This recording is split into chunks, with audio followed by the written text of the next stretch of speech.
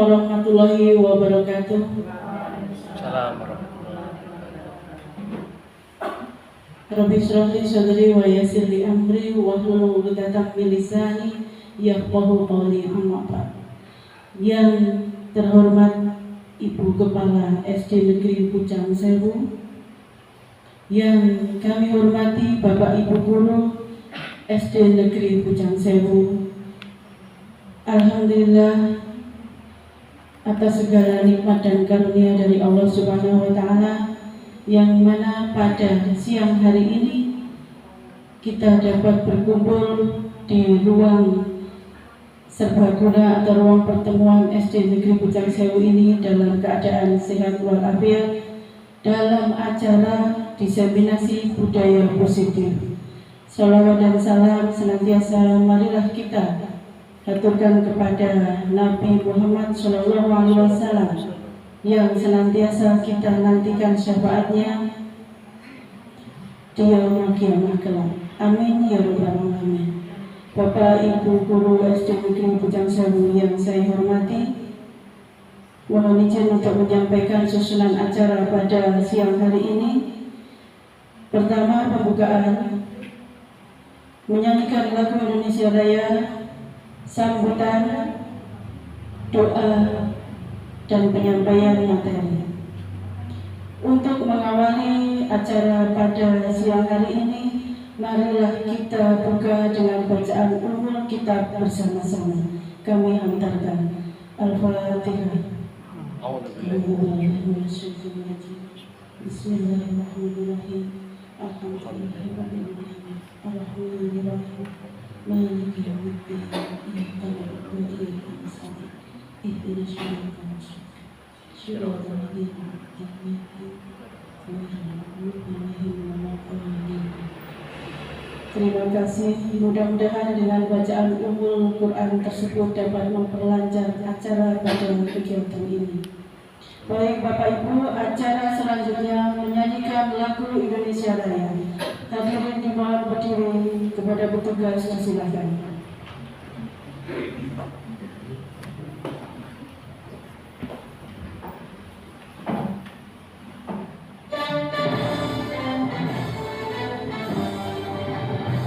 Indonesia tanah airku, tanah tumpah darahku, di sanalah ku berdiri jadi palu ibu. Indonesia kebangsaanku, bangsa dan tanah airku, marilah kita berseru, Indonesia bersatu. Hiduplah tanahku, hiduplah negeriku, bangsaku, rakyatku semuanya. Bangunlah jiwanya, bangunlah badannya untuk Indonesia Raya. Indonesia Raya, merdeka, merdeka, tanahku, negeriku yang ku cinta. Indonesia Raya, merdeka, merdeka, hiduplah Indonesia Raya.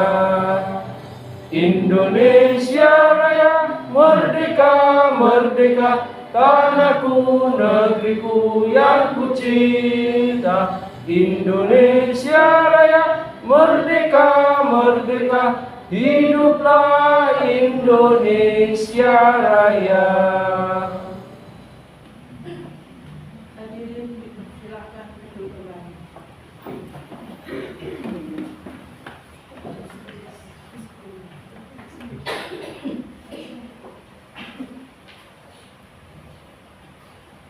Acara selanjutnya sambutan dari Kepala SD Negeri Pucang Sewu kepada yang terhormat Ibu Wiwi Diah Yuliani SPD, kami persilakan.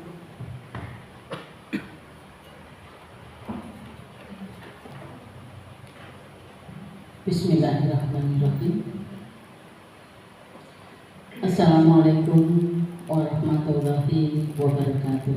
Waalaikumsalam warahmatullahi. Yang saya hormati Ibu Bapak Guru SD Bujang Sewu,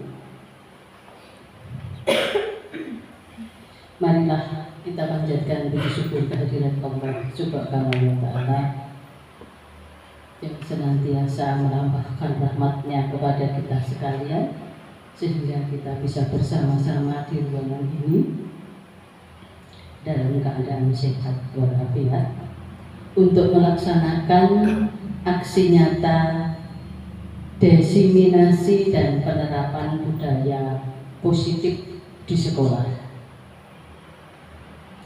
Sholawat dan salam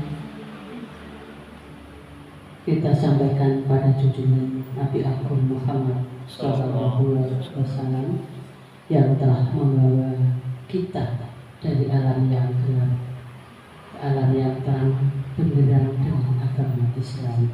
Semoga dengan agama Islam ini kita nanti akan selalu mendapatkan syafaat dari Nabi Agung Muhammad SAW. Ibu Bapak yang saya hormati, pada kali ini kita akan mengikuti aksi dari Ibu Azizah. Kami sampaikan apresiasi yang luar biasa dari Ibu Nur Azizah yang telah mengambil langkah untuk mengikuti kegiatan program dari guru penggerak, yang mana akan melaksanakan sebuah aksi nyata dalam mengimplementasikan budaya positif di sekolah. Melalui guru penggerak ini, semoga bisa membawakan perubahan untuk dunia pendidikan kita, khususnya di SD Bujang Sewu dan seluruh kawasan Kabupaten Pacitan pada umumnya. Bu Azizah kali ini telah menempuh pendidikan melalui guru penggerak. Semoga ilmu-ilmu yang diterimanya, apa pelajaran yang sudah bisa didapatkan, bisa menggerakkan, membuat perubahan di sekolah kita ini. Itu semua tidak lepas dari kerjasama dari Bapak Ibu guru semua yang berada di lembaga SD Bujang Sewu ini. Demikian juga untuk Bu Nur Azizah, setelah melaksanakan kegiatan ini akan bisa memimpin perubahan di sekolah, tetapi tetap rendah diri, menyampaikan ilmu, menggerakkan teman-teman untuk perubahan. Tidak usah merasa bahwa saya lebih, tetapi ini semua adalah proses untuk perubahan pendidikan di negara kita. Jadi ibu bapak semuanya harus siap menerima dan mau berubah dengan sistem pendidikan yang berada di negara kita ini. Untuk itu saat ini dalam rangka kegiatan diseminasi ini adalah untuk persiapan menuju perubahan ke sana. Saya juga mengajak seluruh komponen sekolah untuk bersinergi mendukung program guru penggerak. Mari kita buka pikiran dan hati kita untuk menerima ide-ide baru, untuk berkolaborasi dan untuk terus belajar kita harus menjadi contoh bagi semua siswa di dalam menunjukkan sikap positif dan konstruktif. Terakhir, saya ingin mengucapkan selamat kepada Ibu Azizah. Anda adalah pionir dalam perubahan pendidikan di sekolah kita, khususnya di SD Pucang Sewu ini. Saya yakin dengan kerja keras dan dengan dedikasi yang tinggi, kita dapat menciptakan lingkungan belajar yang kondusif, yang mendorong setiap warga siswa, setiap warga sekolah ini untuk tumbuh dan berkembang menjadi individu yang berakhlak mulia dan berprestasi tinggi. Sekali lagi selamat untuk Bu Azizah, lanjutkan perjuangan panjenengan melangkah lebih maju bersama dengan teman-teman warga pendidik yang berada di sekolah kita ini. Terima kasih atas perhatiannya. Wassalamualaikum warahmatullahi wabarakatuh. Waalaikumsalam warahmatullahi wabarakatuh. Terima kasih kami haturkan kepada Ibu Widya Yuliani atas sambutan yang telah disampaikan. Acara selanjutnya pembacaan doa. Dalam hal ini akan dipandu oleh Bapak Eri Wibowo SPD, dipersilakan.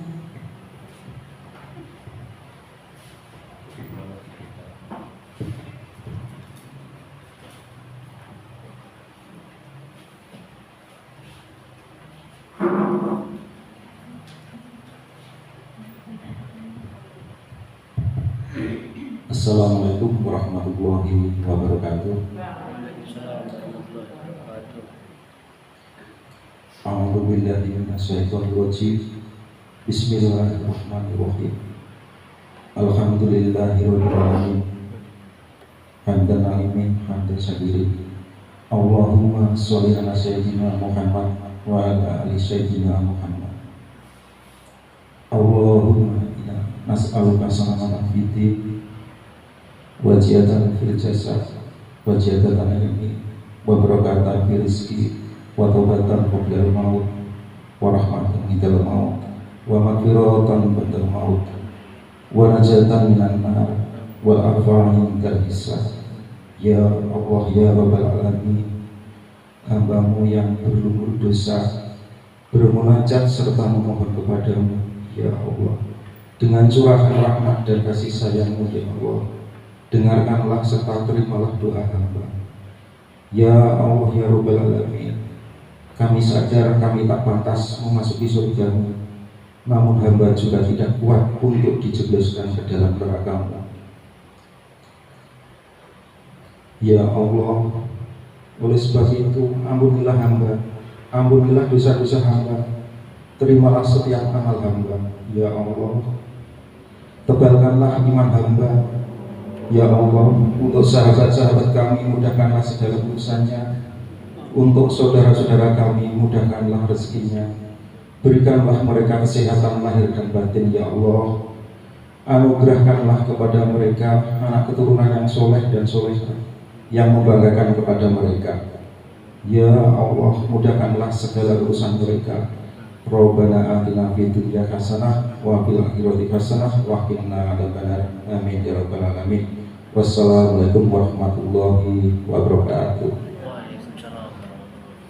Terima kasih disampaikan kepada Bapak Eri Wibowo. Selanjutnya kita memasuki acara inti, yaitu pemimbasan budaya positif yang akan disampaikan oleh Ibu Nur Azizah, yang mana beliau adalah calon guru penggerak angkatan 10. Tepuk tangan untuk Ibu Nur Azizah. Baik Bapak Ibu, marilah bersama-sama kita ikuti dan kita apresiasi materi yang akan disampaikan oleh Ibu Nur Azizah. Kepada Bu Nur Azizah dipersilakan.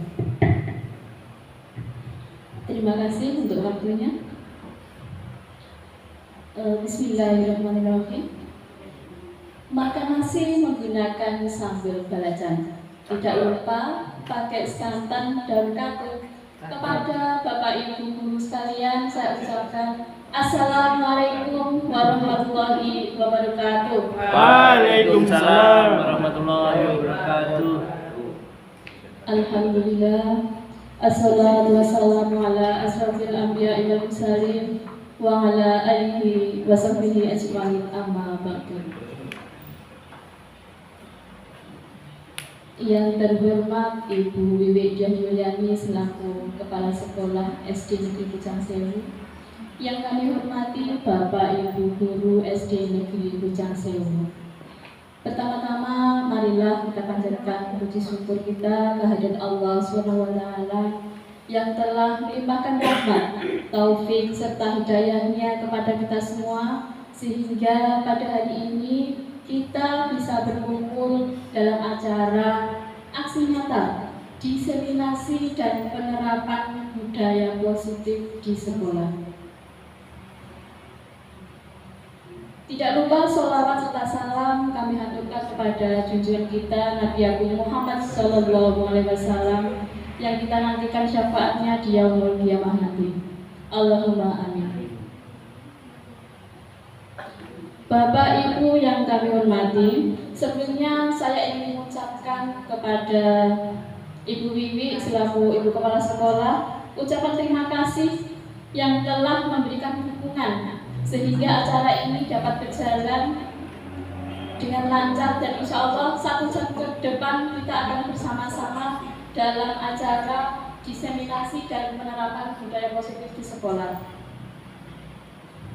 Selain Ibu Kepala Sekolah, saya juga mengucapkan terima kasih kepada Bapak Ibu Guru semuanya yang telah meluangkan waktunya untuk menghadiri acara ini. Adapun tujuan saya melaksanakan diseminasi adalah mengenal budaya positif. Yang pertama, memang diseminasi ini adalah salah satu tugas kami sebagai calon guru penggerak. Kemudian yang kedua, saya ingin sedikit berbagi ilmu tentang apa yang saya peroleh selama menjalani pendidikan guru penggerak di angkatan 10 ini. Tujuan yang selanjutnya ketiga, yaitu dengan adanya kegiatan ini untuk melakukan kerjasama dengan Bapak Ibu Guru semua dalam melakukan perubahan budaya positif di sekolah, yang mana dalam penerapan ini nanti mungkin ada beberapa kebiasaan yang belum kita laksanakan, bisa kita laksanakan setelah kita mengetahui materi tersebut. Baiklah, untuk menyingkat waktu, langsung saja kita masuk ke acara inti, yaitu diseminasi penerapan budaya positif di sekolah.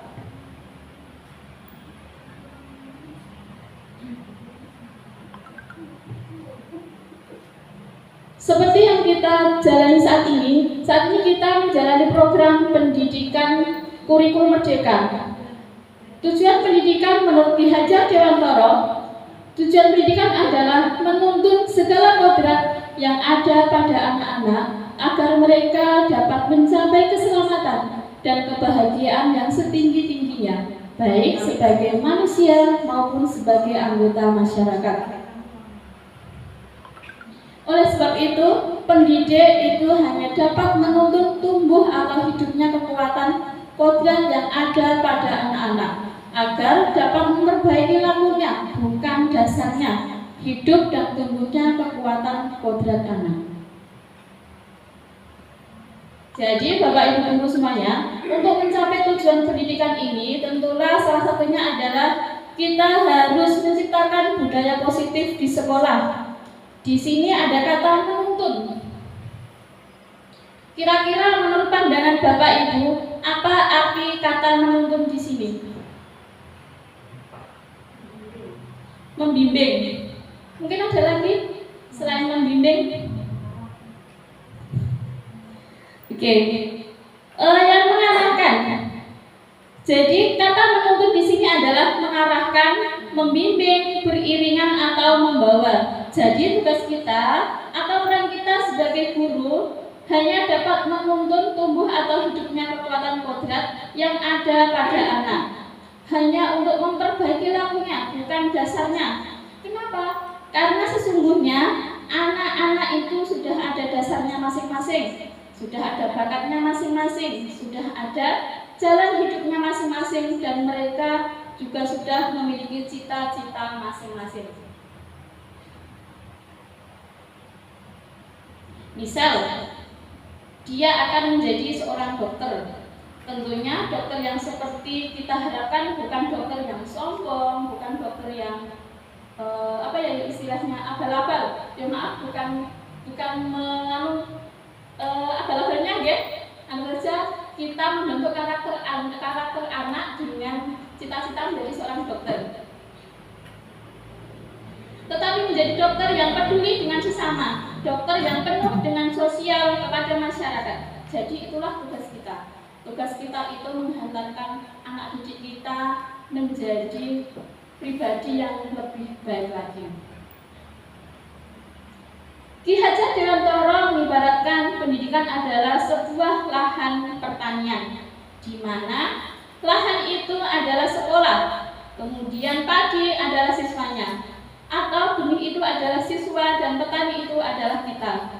Selaku guru, apabila tanah itu sudah bagus, sudah subur, diletakkan benih yang sangat bagus, apakah benih itu bisa tumbuh dengan subur? Apabila tidak mendapatkan perlakuan dari petani, apakah padi itu akan tumbuh? Tentu jawabannya adalah tidak. Hal itu sesuai dengan apa yang kita kerjakan, apa yang kita tanamkan di situ. Walaupun tumbuh, tapi tidak subur, tidak sesuai dengan keinginan kita. Nah, Bapak Ibu, di sini tugas kita menonton, memberi tuntunan kepada anak-anak kita dengan memberikan pupuk. Ini adalah tadi yang mengibaratkan guru itu sebagai petani, sedangkan siswa adalah sebagai apa tadi Bu? Sebagai benihnya. Jadi tugas kita memberi tuntunan kepada anak-anak dengan memberikan pupuk, dengan mengemburkan tanah supaya padi yang tumbuh itu menjadi padi yang unggul. Seperti dokter tadi, dokter yang baik, yang peduli. Nah, itulah tujuan kita agar cita-cita mereka tercapai dengan pribadi yang lebih baik. Jadi di sini, apakah di sekolah kita sudah ada nilai dan kebiasaan yang mencerminkan budaya positif? Tentu saja sudah ada, seperti tiap pagi kita melaksanakan sapa, senyum, kemudian menunggu putra-putri kita di depan gerbang sekolah. Selain kegiatan tersebut, pembiasaan atau budaya positif apalagi yang sudah kita terapkan di sekolah? Ngaji. Terus pembiasaan yang kita lakukan setiap hari, senam. Nah, itu adalah salah satu budaya positif yang ada di sekolah kita. Ada ngaji, senam, kemudian pembacaan Asmaul Husna setiap pagi, terus masuk kelas dengan cara berbaris di depan kelas, berdoa sebelum dan sesudah pelajaran. Kemudian ada lagi setiap ada kegiatan hari besar atau hari keagamaan, kita juga mengikuti atau memperingatinya.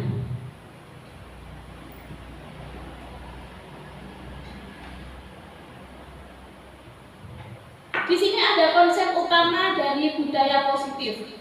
Ada 7. Yang pertama, perubahan paradigma belajar, kemudian disiplin positif, kebutuhan dasar manusia, motivasi perilaku manusia, restitusi, posisi kontrol guru.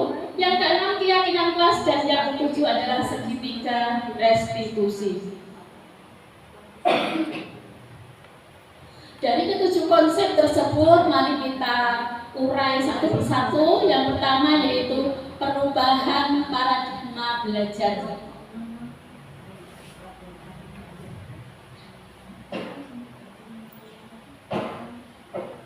Dari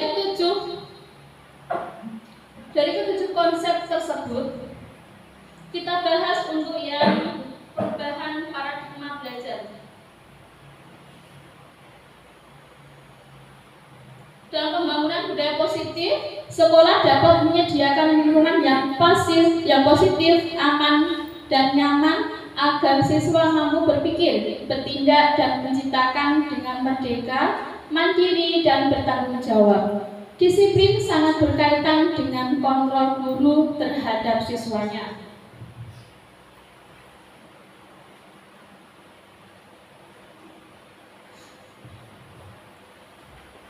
Disiplin positif sangat berkaitan dengan guru. Di sini kita mengetahui bahwa anak kita disiplin sebenarnya adalah karena kontrol guru terhadap siswa, bukan karena dari siswa itu sendiri.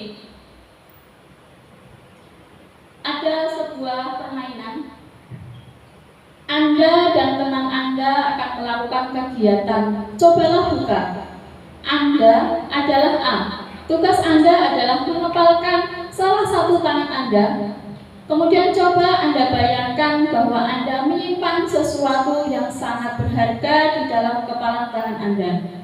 Anda perlu menjaga benda tersebut sekuat tenaga apa Anda, karena begitu pentingnya untuk kehidupan Anda. Kemudian tugas B atau rekan Anda adalah mencoba dengan segala cara untuk membuka kepalan tangan Anda. Teman Anda yang B tadi boleh membujuk, menghardik, mengintimidasi, memarahi, menggoda, menggelitik, bahkan menawari Anda uang agar Anda bersedia membuka kepalan tangan kita. Dari ilustrasi tersebut, kira-kira apakah Anda bersedia membuka tangan atau tetap mengepalkan tangan? Tentu jawabannya ada yang tetap mengepalkan tangan, ada yang membuka tangan. Nah, pasti di sini ada alasannya. Kenapa saya membuka tangan saya, kepalan tangan saya? Kenapa saya tetap bersikukuh untuk tidak membuka kepalan tangan saya?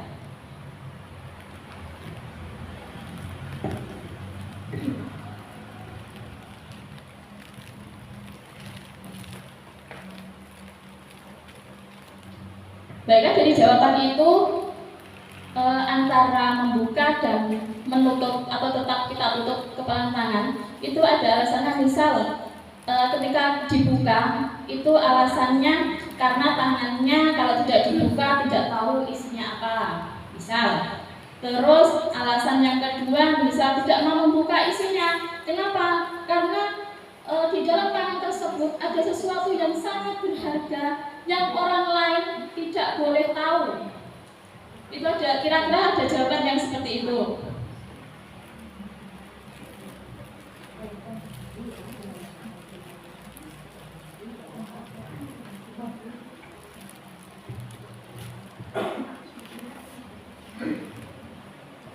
Bapak Ibu, sekarang kita masuk kepada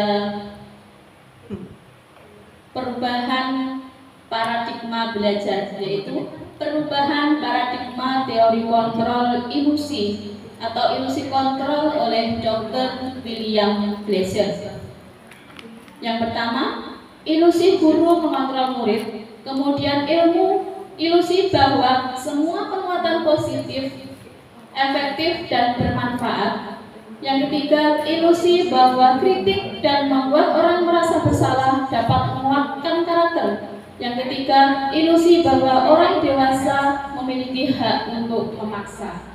Itu adalah perubahan paradigma belajar, perubahan paradigma yang dikemukakan oleh Dr. William Glasser.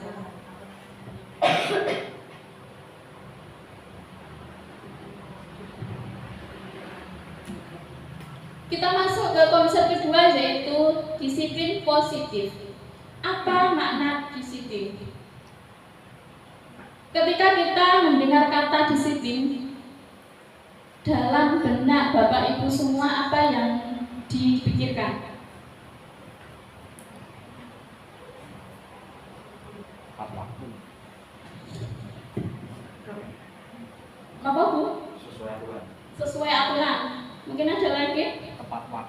Tepat waktu.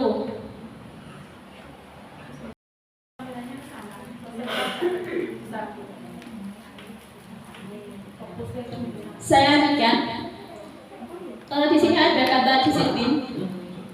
Disiplin berasal dari bahasa Latin yaitu disciplina yang artinya belajar. Makna asal dari kata ini berkonotasi dengan disiplin diri dari murid-murid Sokrates dan Plato. Disiplin diri membuat orang menggali potensinya menuju sebuah tujuan apa yang dia hargai. Namun dalam budaya kita, makna kata disiplin telah berubah menjadi sesuatu yang dilakukan seseorang pada orang lain untuk mendapatkan kepatuhan. Kecenderungan umum adalah menghubungkan kata disiplin dengan ketidaknyamanan, bukan dengan apa yang kita hargai atau pencapaian suatu tujuan mulia. Disiplin adalah kemampuan memerintah diri sendiri dalam mengontrol dan menguasai diri untuk memilih tindakan yang mengacu pada nilai-nilai yang kita hargai dengan penuh tanggung jawab tanpa terperintah orang lain. Nilai-nilai yang kita hargai adalah nilai kebajikan atau sifat positif manusia yang merupakan tujuan mulia yang ingin dicapai setiap individu, yaitu nilai-nilai dalam profil pelajar Pancasila.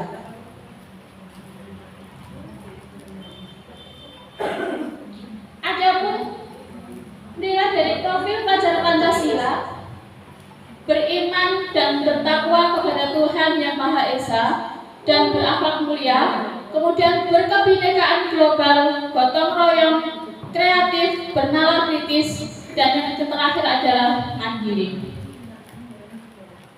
Sebenarnya dari semua yang kita bahas nanti tujuan akhirnya adalah tentang profil pelajar Pancasila, di mana materi yang telah saya dapatkan ada modul 1.1 tentang filosofi Ki Hajar Dewantara, kemudian modul 2, modul 1.2 nilai dan peran guru penggerak, terus yang ketiga visi guru penggerak, yang terakhir adalah modul 1.4 yaitu budaya positif.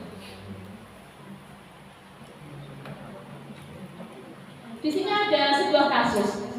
Ibu Lia, guru kelas 6 SD Permai, sedang bingung menghadapi ulah salah satu murid di kelas bernama Agus. Beberapa anak telah datang dan mengeluhkan Agus yang seringkali meminta bekal makan siang mereka dengan paksa. Jika Anda menghadapi situasi seperti Ibu Lia, apa yang Anda lakukan? Nah, menurut Anda, kira-kira apa alasan Agus melakukan semua itu?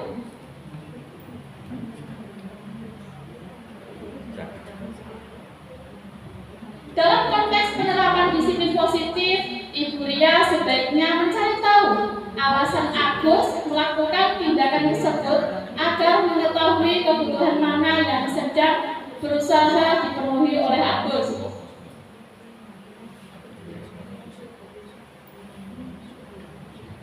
Yang pertama,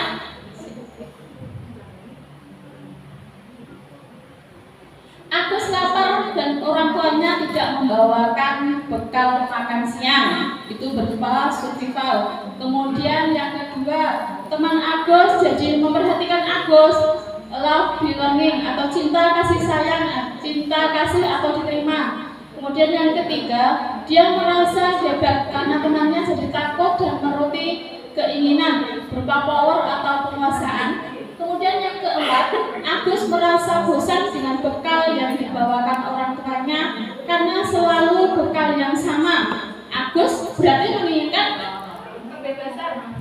Kemudian yang terakhir, Agus hanya iseng dan dia menikmati ekspresi wajah temannya yang kesal. Dia membutuhkan fun atau kesenangan.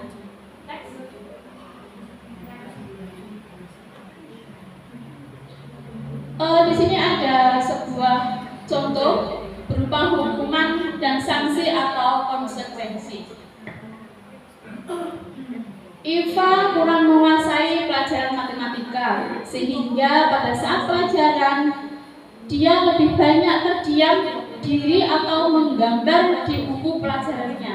Pada saat guru matematikanya, Pak Seno, menanyakan pertanyaan, Iva menjadi gugup dan tak sengaja menjatuhkan tasnya dari kursi, serta tiba-tiba menjadi gagap pada saat berupaya menjawab. Seluruh kelas pun tertawa melihat perilaku Iva yang bicara tergagap dan terkejut tersebut. Pak Seno pada saat itu membiarkan teman-teman Iva menertawakan Iva yang tergagap dan malu luar biasa, dan malahan minta Iva untuk maju ke depan dan berdiri di depan kelas sambil menunjuk hidungnya karena tidak bisa menjawab pertanyaan Pak Seno. Kelas pun makin gaduh dan anak-anak pun tertawa melihat Iva di depan kelas memegang ujung hidungnya. Apakah Anda setuju dengan tindakan Pak Seno terhadap Iva?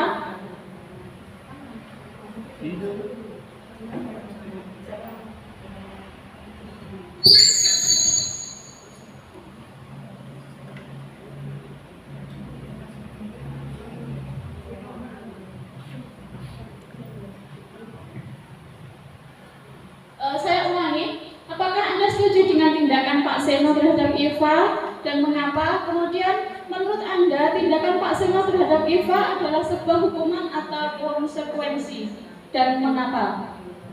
Oke, Bu Sri mau menambahkan? Hukuman transaksi atau konsekuensi. Eva kurang menguasai pelajaran matematika, sehingga pada saat pelajaran tersebut berlangsung, dia lebih banyak terdiam atau menggambar di buku pelajarannya. Pada saat guru matematikanya, Pak Seno, menanyakan pertanyaan, Eva menjadi gugup dan tak sengaja menjatuhkan tasnya dari kursi, serta tiba-tiba menjadi gugup pada saat berupaya menjawab. Seluruh kelas pun tertawa melihat perilaku Eva yang bicara.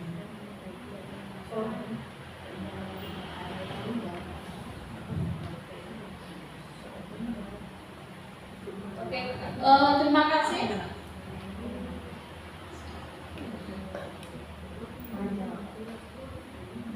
Di sini ada tabel hukuman dan sanksi atau konsekuensi. Ada identitas gagal dan identitas sukses. Identitas gagal yang dimaksud ada hukuman, berupa hukuman, kemudian identitas sukses berupa konsekuensi dan restitusi. Contoh hukuman, sesuatu yang menyakitkan harus terjadi, itu ada cirinya. Kemudian konsekuensinya, sesuatu harus terjadi. Restitusinya adalah merupakan pilihan. Selanjutnya, tidak nyaman untuk murid atau anak untuk jangka waktu panjang. Konsekuensinya tidak nyaman untuk murid atau anak untuk jangka waktu pendek. Kemudian restitusinya menguatkan untuk murid atau anak dalam jangka waktu panjang. Kemudian ada korban mendapatkan keadilan.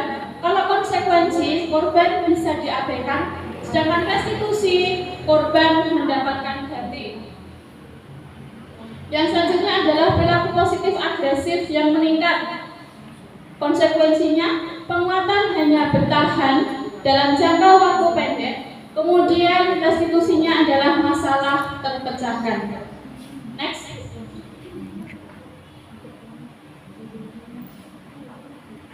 Motivasi perilaku manusia. Teori motivasi perilaku manusia, yang pertama ada hukuman, penghargaan, dan restitusi. Hukuman itu berasal dari motivasi eksternal, yaitu untuk menghindari ketidaknyamanan, apa yang akan terjadi jika saya tidak melakukannya, bla bla bla bla.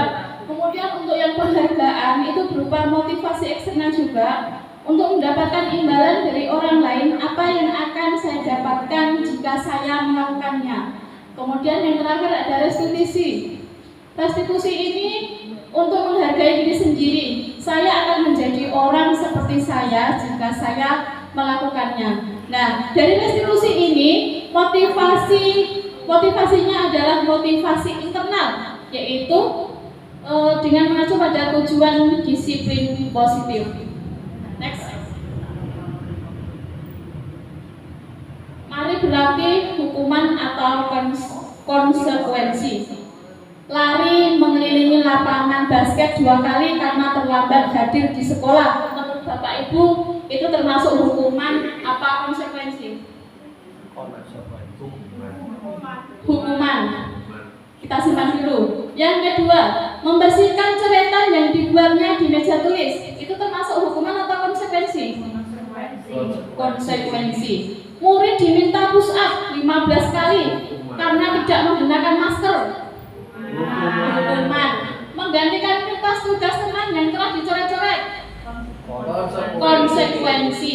Berjemur di lapangan basket pukul 12 siang karena mengobrol dengan teman. Hukuman. Murid diminta bertelanjang kaki sepanjang hari karena tidak menggunakan sepatu warna hitam sesuai peraturan sekolah. Konsekuensi. Berdiri di depan kelas sambil mengangkat kaki satu karena tidak bisa menjawab pertanyaan. Termasuk hukuman atau konsekuensi? Hukuman. Ya, kita buktikan.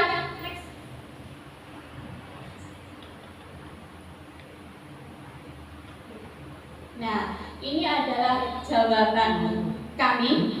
Lari tadi termasuk hukuman, membersihkan coretan adalah konsekuensi, murid diminta push up adalah hukuman, mengganti kertas adalah konsekuensi, berjemur merupakan hukuman karena dia melakukan kesalahan yaitu ngobrol dengan temannya.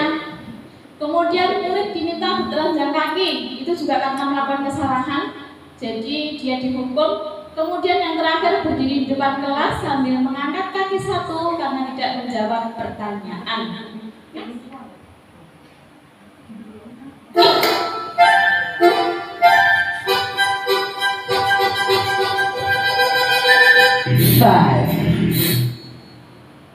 Bapak Ibu, ini ada sedikit SDG agar suasana hari ini tidak tegang, kelihatannya mengantuk jadi tidak mengantuk.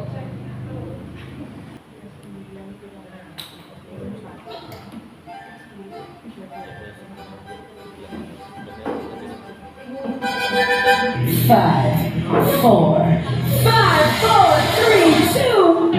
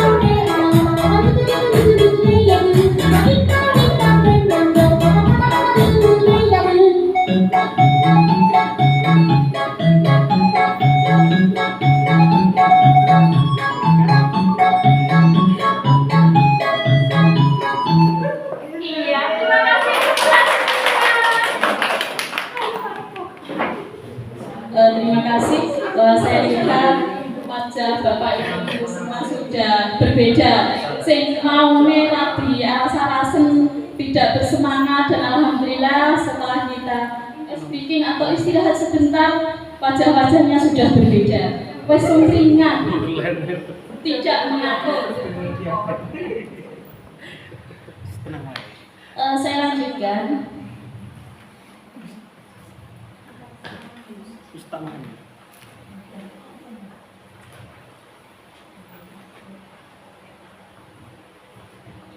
Kita masuk ke konsep kelima, yaitu restitusi posisi kontrol guru. Di sini ada 5 posisi kontrol guru.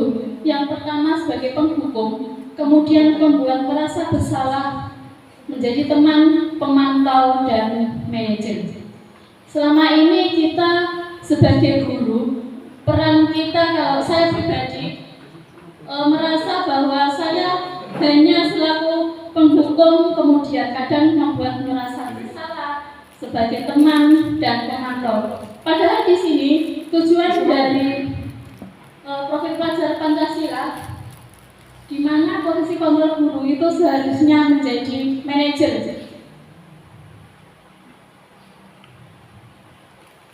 Posisi kontrol guru di sini ada tabel pernyataan-pernyataan dan siapa yang mengatakan. Saya kecewa sekali dengan kamu. Nah, dari sini berarti dia sebagai pembuat orang yang merasa bersalah. Kemudian kamu tidak pernah benar melakukannya. Guru selaku penghukum.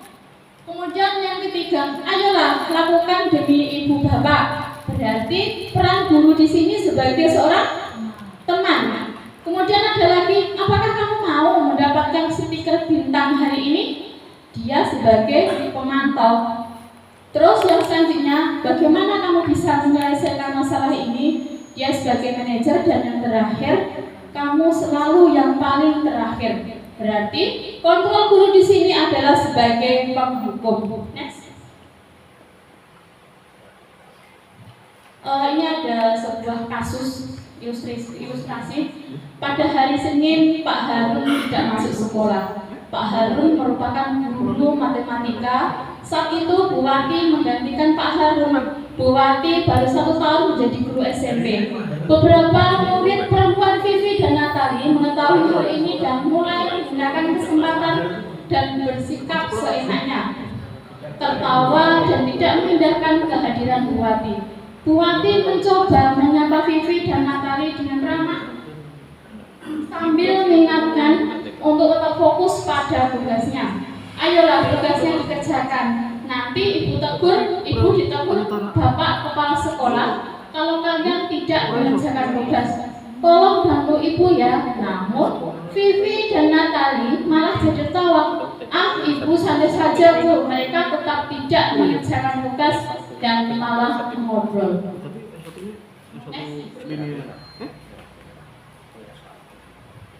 Kasus kedua, untuk kasus kedua saya lari saja.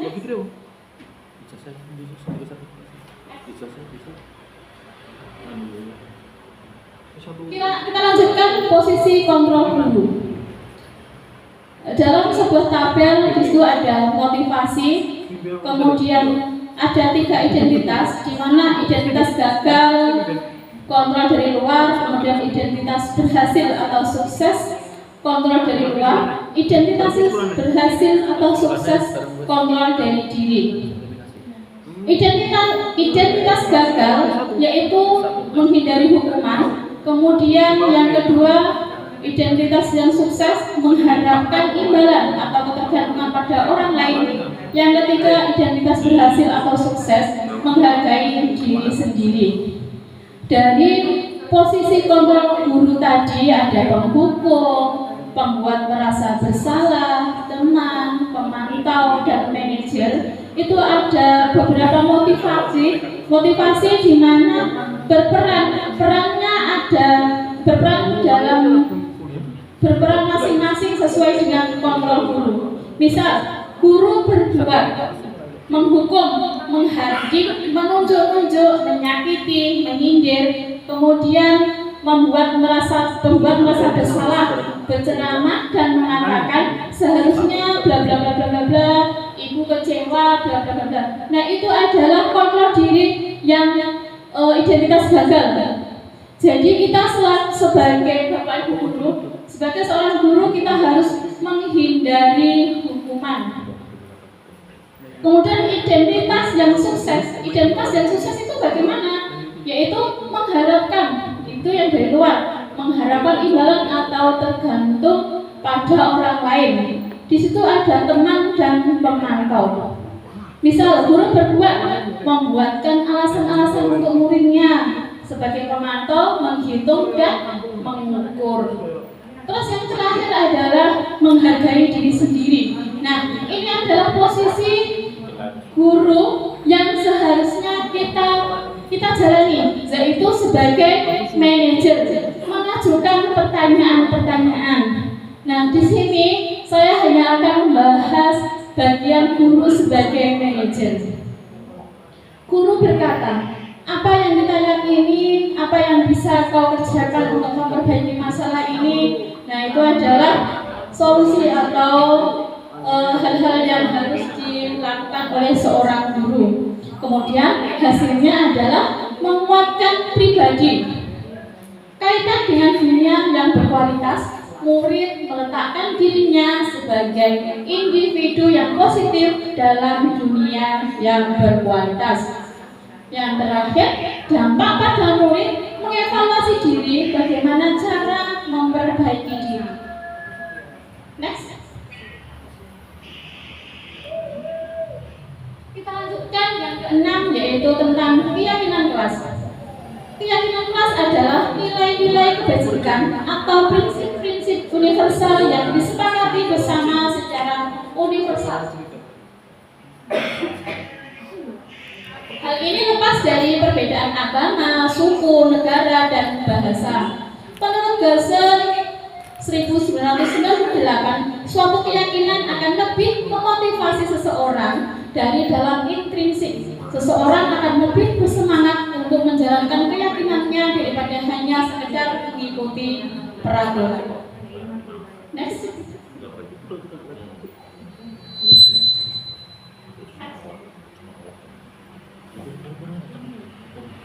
Nah, di sini ada peraturan dan keyakinan kelas. Apa sih bedanya peraturan dengan keyakinan kelas? Nah, kalau peraturan selalu kembalikan buku ke tempatnya, misal. Kalau keyakinan kelas harus ada tanggung jawab. Kemudian dilarang mengganggu orang lain, itu adalah sebuah peraturan. Terus keyakinan kelas menghormati orang lain dan diri sendiri.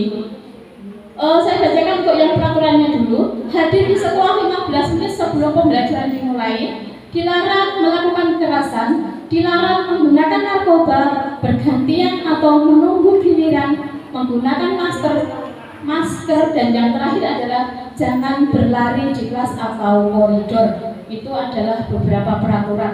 Kemudian keyakinan kelasnya. Nah, keyakinan kelasnya berupa tanggung jawab, menghormati orang lain dan diri sendiri, menghormati orang lain, komitmen pada tujuan, kemudian keselamatan, menghormati orang lain, ada kesehatan, kemudian menghormati orang lain dan kesabaran, kesehatan dan keselamatan, serta keselamatan dan keamanan.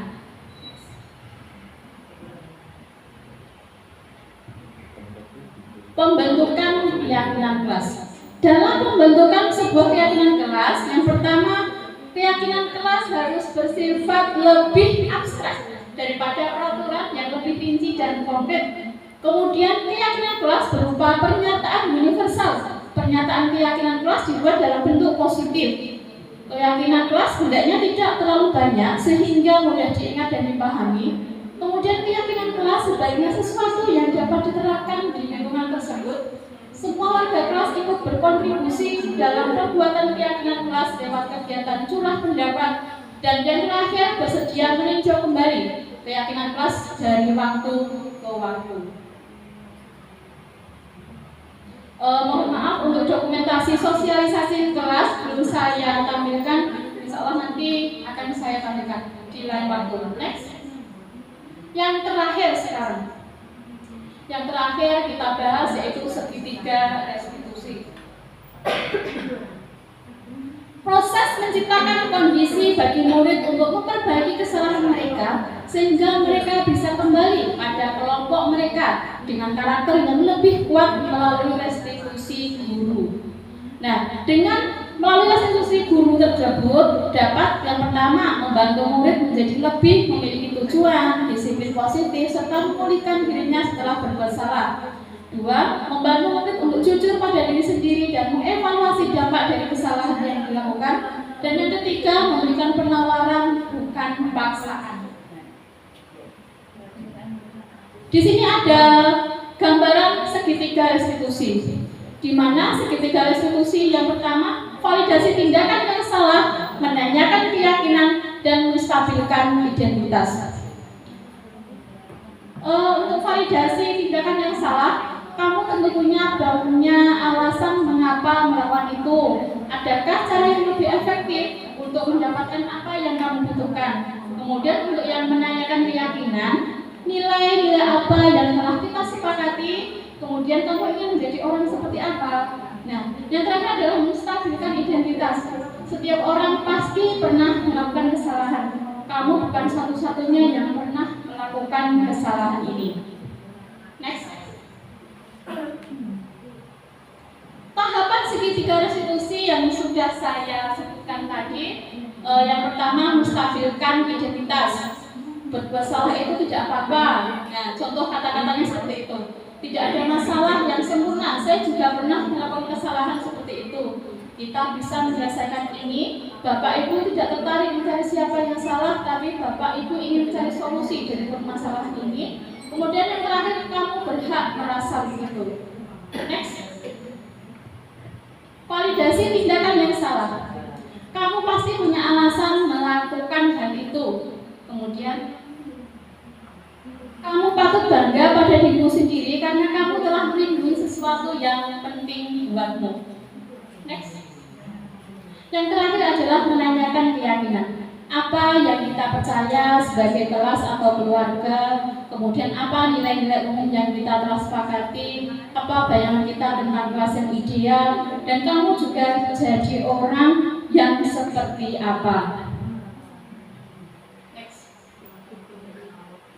Kasus 1. Murid sering membolos saat jam pelajaran berlangsung.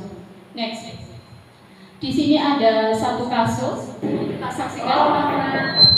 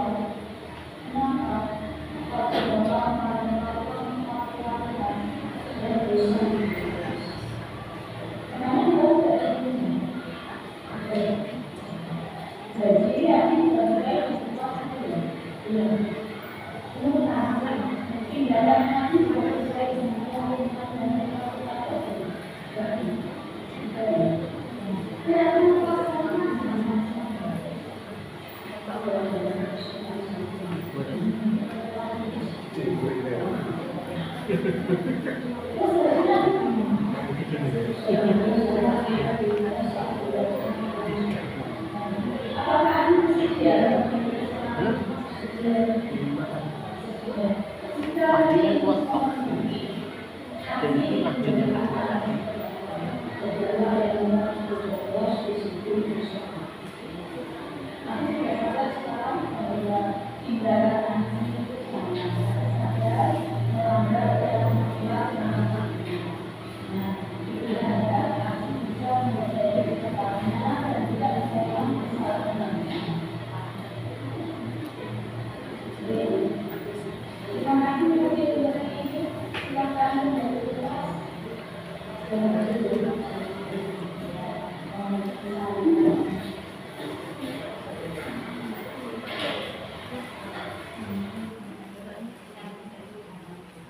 tadi adalah contoh restitusi dengan kasus murid yang sering bolos saat jam pelajaran berlangsung. Tentunya dalam hal itu ada seketika restitusi yang terdapat di dalamnya. Saya lanjutkan kasus kedua, murid mencontek saat penilaian akhir semester.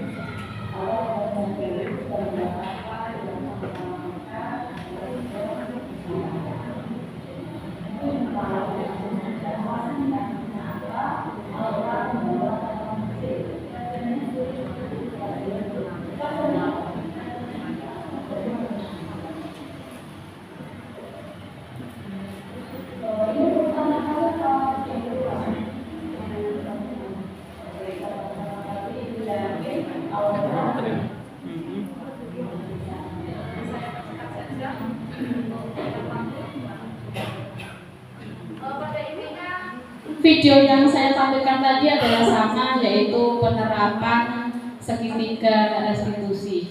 Adapun setelah direstitusi ada testimoni. Sebentar, saya tampilkan testimoninya. Assalamualaikum warahmatullahi wabarakatuh. Perkenalkan, nama saya Aura Aziza. Saya siswa kelas 6 SD Bujang Sewu. Setelah direstitusi oleh Bu Nur Aziza, saya merasa sadar akan kesalahan saya.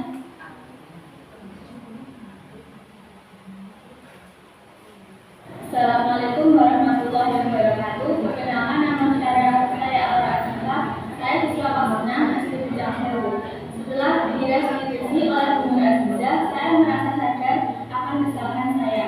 Saya senang Bu Nur Aziza tidak marah-marah, akan tetapi memperbaiki diri saya menjadi lebih baik. Bu Nur Aziza juga Iya, tadi cuplikan dari testimoni Aura Asifa. Iya, alhamdulillah paparan hari ini sudah selesai.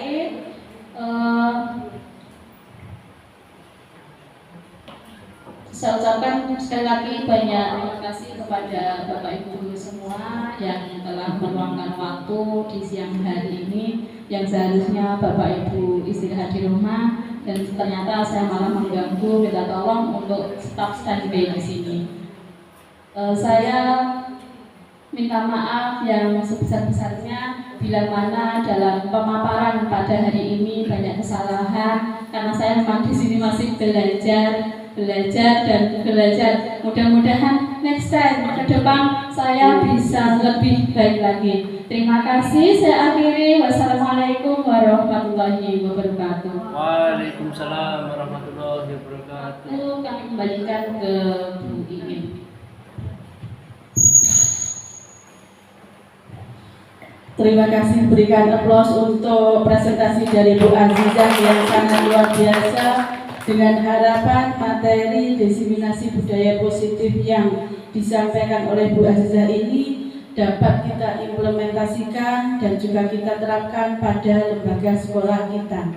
Ya, baik Bapak Ibu, demikian rangkaian acara sudah kita lewati bersama. Marilah kita akhiri acara pada siang hari ini dengan bacaan hamdalah bersama-sama. Kami hamdalah. Alhamdulillahirrahmanirrahim. Bapak Ibu yang saya hormati, dalam memandu acara pada kegiatan ini, apabila terdapat kesalahan dari saya selaku pembawa acara, saya mengaturkan maaf yang setulus-tulusnya. Saya akhiri, billahi taufiq wal hidayah. Wassalamualaikum warahmatullahi wabarakatuh. Waalaikumsalam warahmatullahi wabarakatuh. Saya